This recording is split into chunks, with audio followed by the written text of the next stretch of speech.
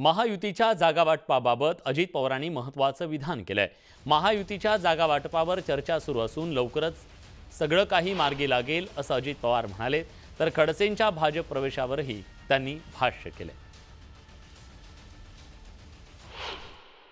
नाशिक किंवा कोकण याच्यातले फॉर्म भरायला शेवटच्या टप्प्यात आहे।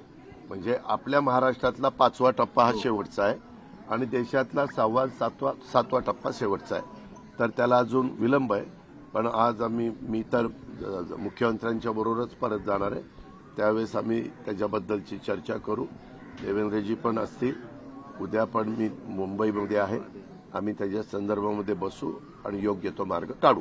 त्यांनी घर वापसी केलेली आहे। कारण 40 वर्ष ह्या राज्यामध्ये भाजप वाढवण्याचं काम ज्या वेगवेगळ्या नेत्यांनी केलं त्याच्यामध्ये गोपीनाथ मुंडे साहेबांचं नाव आपल्याला घेता येईल, त्याच्यामध्ये एकनाथराव खडसे साहेबांचं नाव घेता येईल, प्रमोद महाजन साहेबांचं नाव घेता येईल, नितीन गडकरी साहेबांचं नाव घेता येईल। खऱ्या अर्थाने ती संघटना भारतीय जनता पक्षाला एक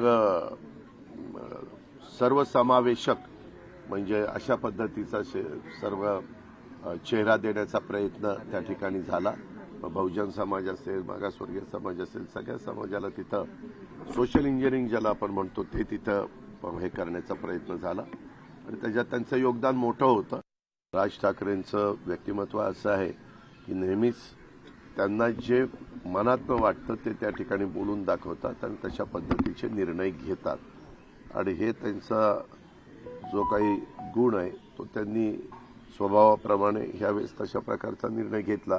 आज मला काही सकाळी मनसेचे सहकारी भेटायला आले होते। त्यांनी सांगितलं राज ठाकरे साहेबांचा आदेश हा आमचा अंतिम आदेश असतो आणि त्या पद्धतीनं आम्ही आता महायुतीचं काम विनाशर्त करायला सुरुवात केली।